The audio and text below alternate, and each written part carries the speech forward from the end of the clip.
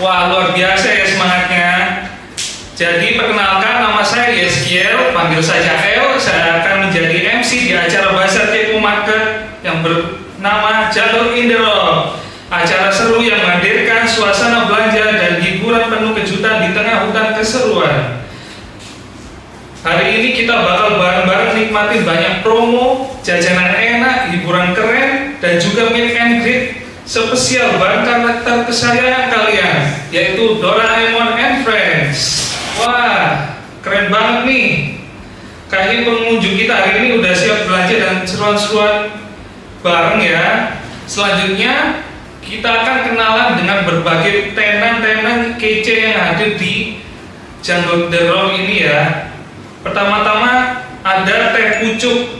Kita awali dengan segar-segar dahulu. Selanjutnya ada juga aroma manis dengan berbagai macam minuman dan jajanan hits anak muda. Selanjutnya ada snack risol dan house of wok dengan berbagai macam hidangan yang sedap.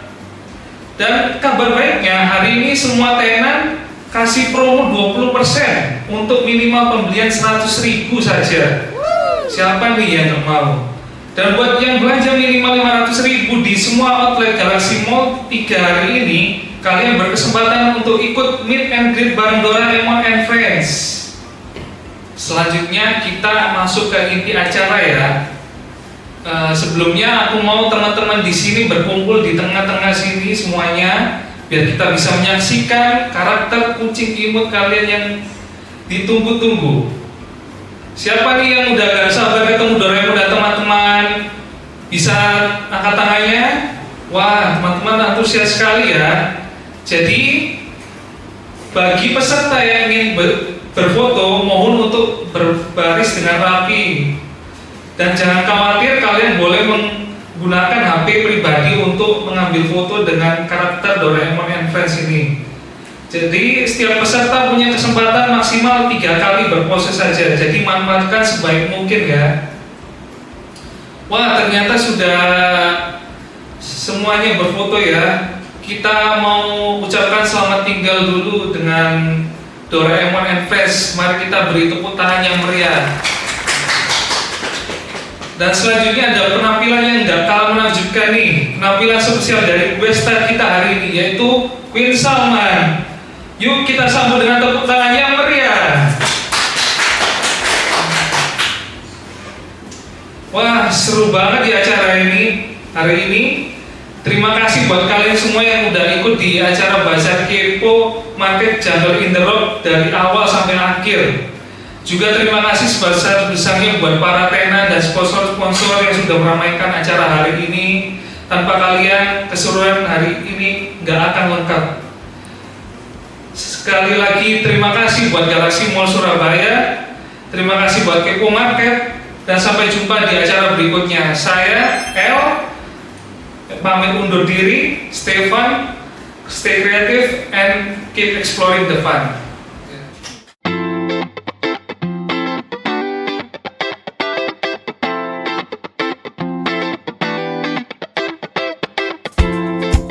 Selamat sore semuanya. Sore. Bagaimana kabarnya hari ini? Apakah baik? Baik. Biar lebih semangat bisa dengar tepuk tangannya dong.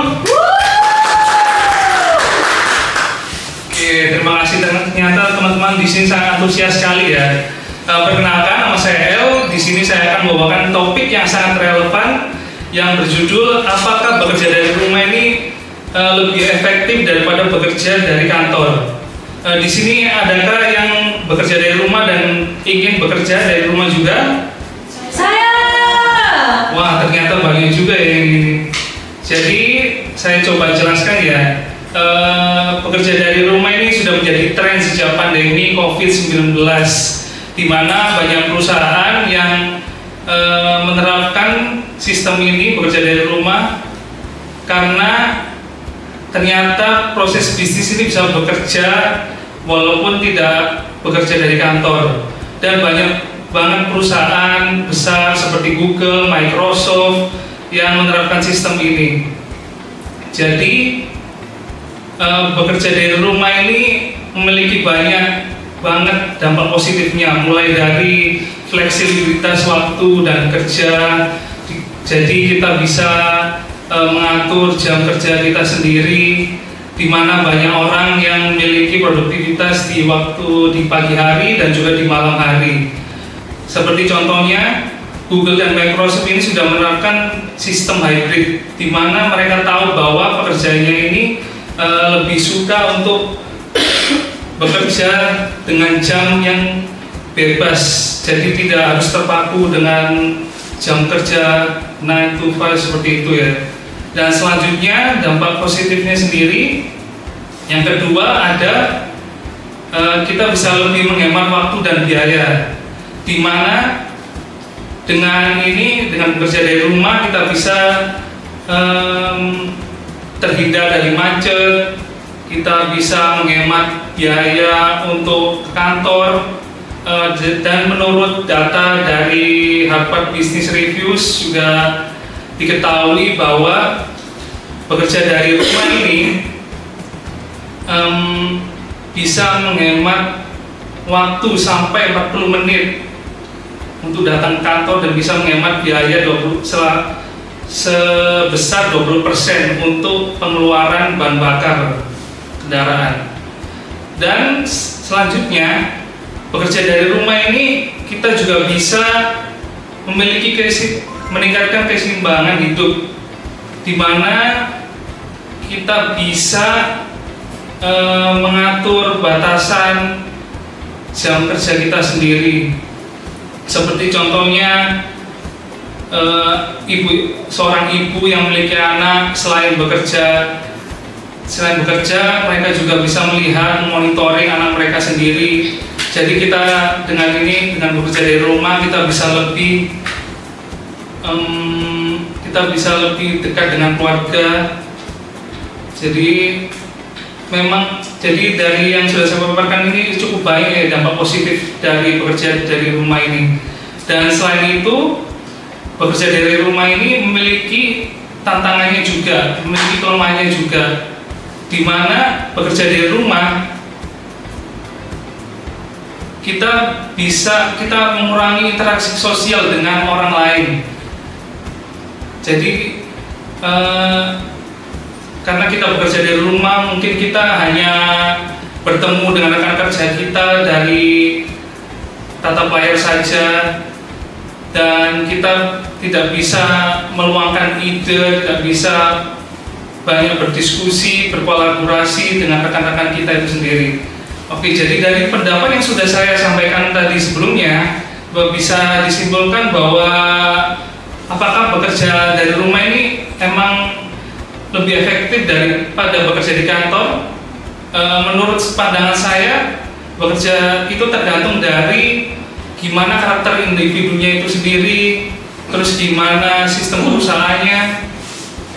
Jadi bekerja dari rumah ini memang memiliki efisiensi dan jam kerja yang bebas, tapi menurut beberapa orang bekerja dari kantor memang cukup efektif untuk bisa mendisiplinkan kita sendiri. Kita bisa banyak berinteraksi, berdiskusi, brainstorming dengan rekan-rekan kerja kita. Jadi yang penting itu bukan di mana kita bekerja, tapi bagaimana cara kita bekerja, bagaimana kita bisa mengatur produktivitas dan keseimbangan kerja itu sendiri.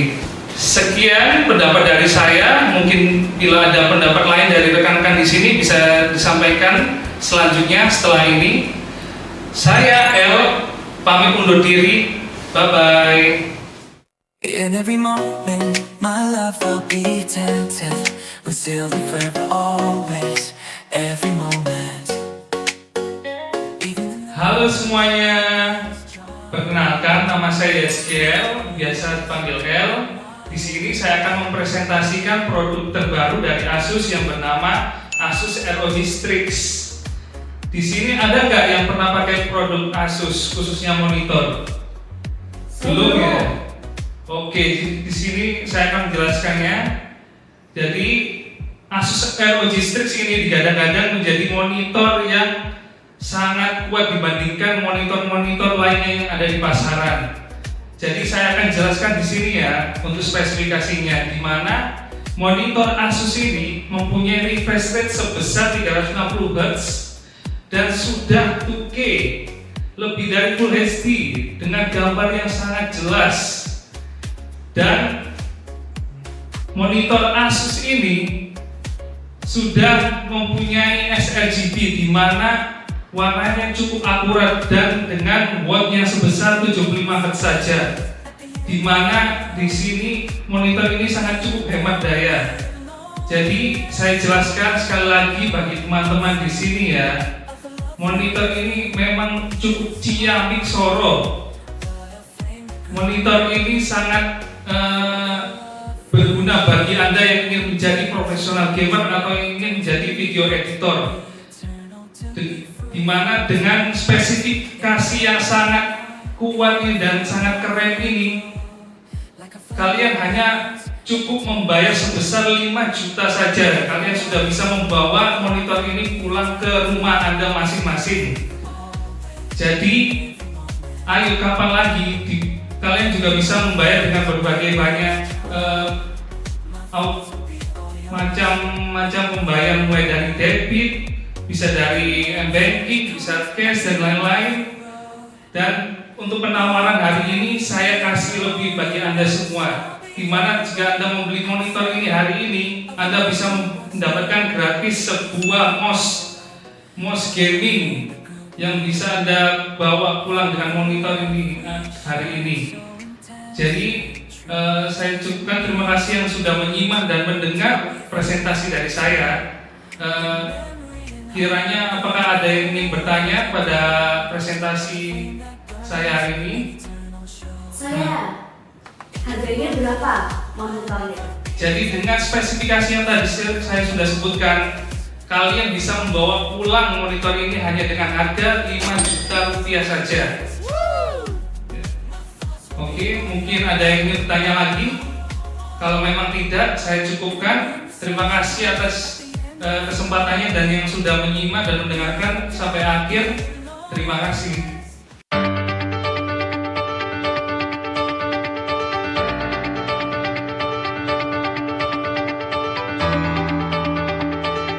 Halo, selamat sore Bapak Ibu semuanya sekalian.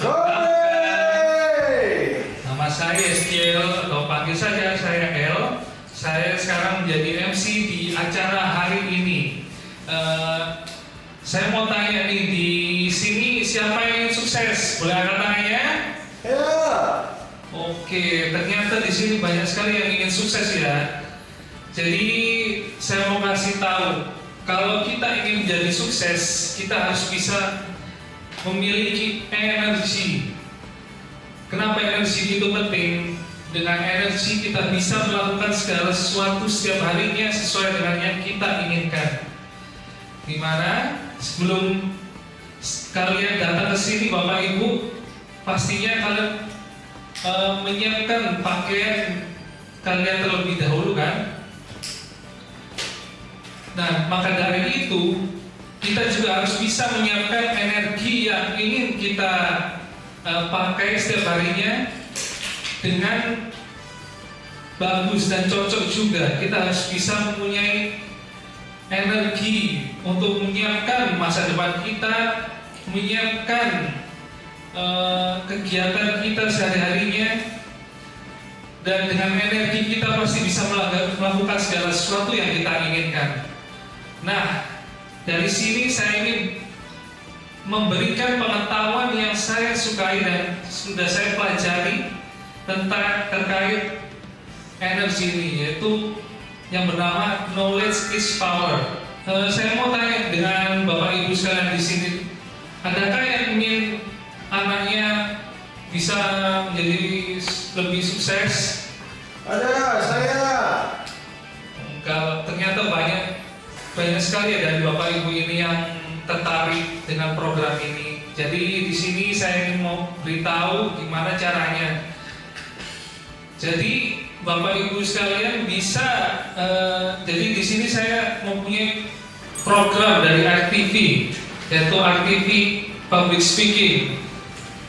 Jadi di program RTV ini banyak program-program yang bisa membantu anak Anda sekalian untuk lebih sukses di mana dan pandai berbicara. Mulai dari di sini kita mempunyai 3 program, yaitu program public speaking, program YouTuber, dan program acting class. Jadi jika memang Bapak Ibu sekalian di sini tertarik dan ingin mengirimkan anaknya untuk bisa belajar lebih banyak, lebih mendalami terkait apa itu public speaking, bagaimana cara berbicara yang efektif, kalian bisa mengikuti program yang sudah saya sampaikan sebelumnya. Jadi sekian informasi yang ingin saya sampaikan. Terima kasih.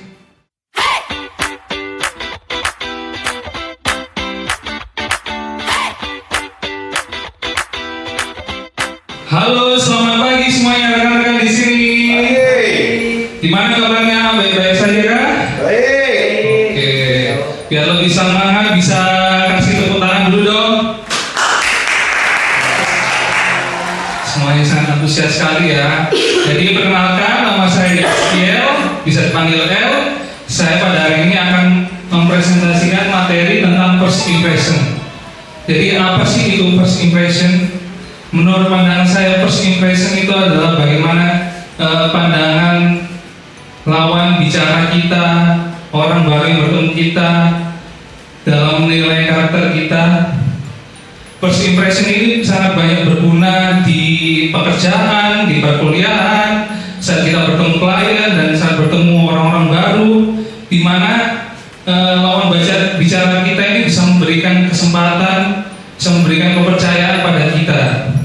Jadi first impression ini terdiri dari banyak hal, mulai dari eye contact yang pertama, lalu yang kedua ada holding hand, smiling face, smiling pose, dan yang terakhir ada body language. Jadi apa sih itu eye contact? Eye contact itu gimana caranya kita melihat lawan bicara kita, dimana dari situ, dari eye contact kita ini lawan bicara kita itu bisa melihat bahwa apakah kita yang serius, bisa membaca karakter kita. Jadi mungkin teman-teman di sini ada nggak yang biasanya kalau lawan bicara kalian nggak mau lihat matanya mungkin atau malu-malu? Ada. Jadi kalau misalnya kita memang nggak bisa melihat lawan bicara kita bisa melihat ke alis saja, biar tidak terlalu jauh. Dan selanjutnya yaitu ada yang namanya holding hand. Apa sih itu holding hand?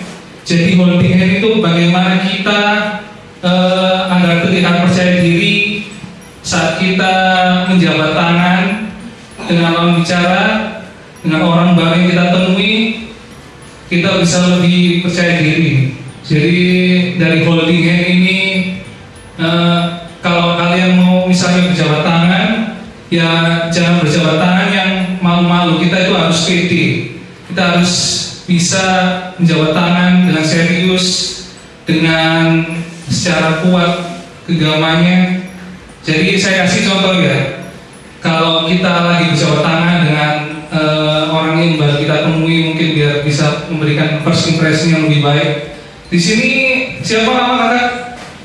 Kalau boleh tahu? Nama saya Didi. Oke. Jadi ini saya mau coba praktekin buat gimana caranya berjabat tangan yang baik dengan orang baru. Jadi seperti ini ya teman-teman. Kalau kita berjabat tangan itu harus kuat, genggamnya kuat. Jangan pelan-pelan. Mungkin kalau misalnya kita jabat tangan kan cuma selepet gitu aja. Gimana orang mau percaya? Terus yang selanjutnya itu ada yang namanya smiling face dan smiling voice. Jadi ini merupakan satu kesatuan.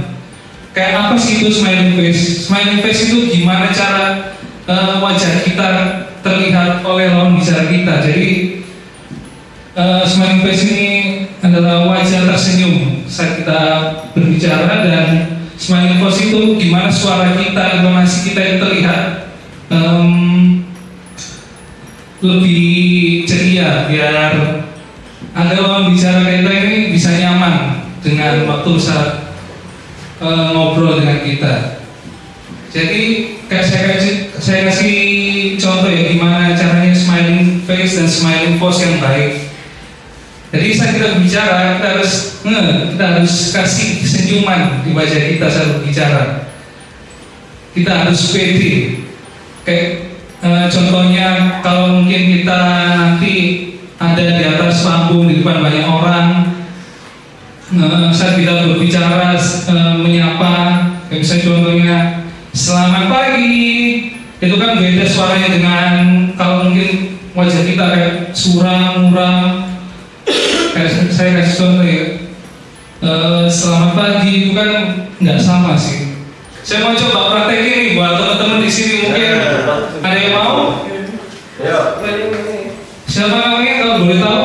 Lalika. Oh iya, boleh maju ke depan nggak bareng saya buat kita bisa kasih contoh buat teman-teman di sini semua ya. Ya, saya kasih contoh ya cara smiling face dan smiling voice yang baik. Kalau misalnya kita ada di depan audiens berbicara, memberi salam, kayak contohnya selamat pagi. Kayak gitu kan enak kalau dilihat orang. Mungkin bisa dicontohkan? Silakan. Iya, Kak. Selamat pagi semuanya. Seperti itu Kak ya? Iya. Makasih Kak.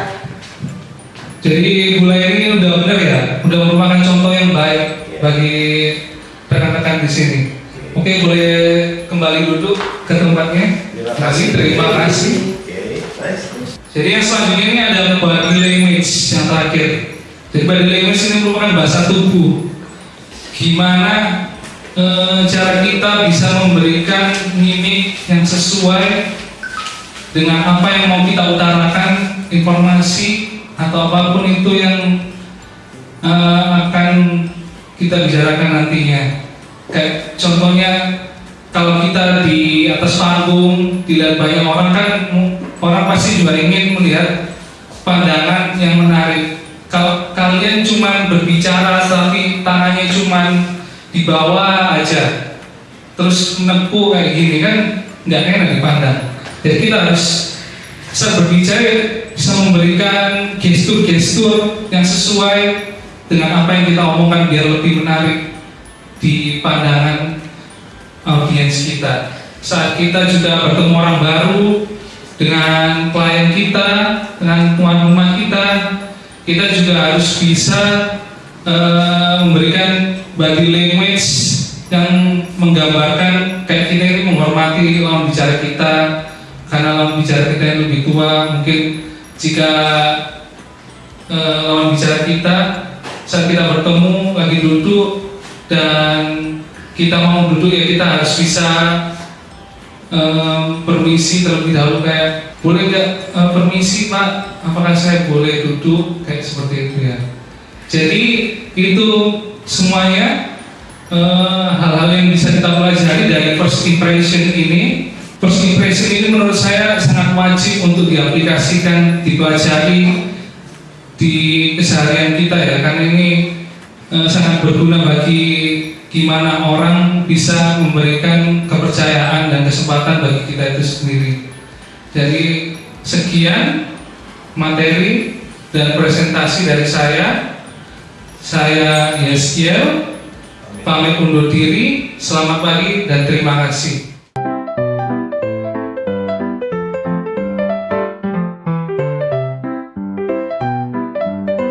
Halo, selamat siang teman-teman semuanya. Selamat siang. Kurang keras nih, aku ulang ya. Selamat siang. Selamat siang. Jadi perkenalkan, nama saya Yeskiel Robert. Biasa panggil L saja ya kalau mau. Pada kesempatan kali ini saya akan menjadi MC pada seminar hari ini. Sebelum masuk ke sesi berikutnya, sepertinya teman-teman sekalian ini kayaknya baru makan siang ya. Jadi sebelum masuk ke sesi berikutnya, saya coba untuk pemanasan dulu biar teman-teman sekalian di sini nggak ada yang ngantuk, nggak ada yang lemes. Jadi aku coba ya buat kasih game-game dan ice breaking yang menarik, yang sekiranya biar bisa membuka mata teman-teman sekalian.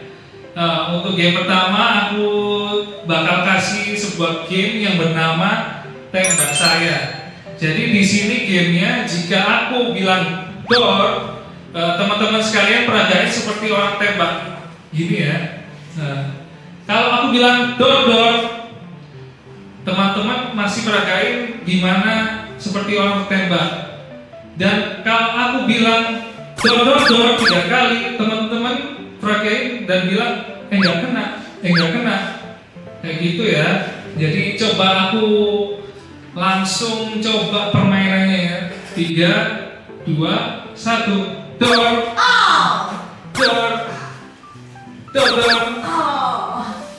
Terakhir, door. Gak kena. Wah, ternyata teman-teman bagus banget ya main gamenya. Ya, cukup sekian dari saya. Kita akan lanjut ke sesi selanjutnya. Terima kasih.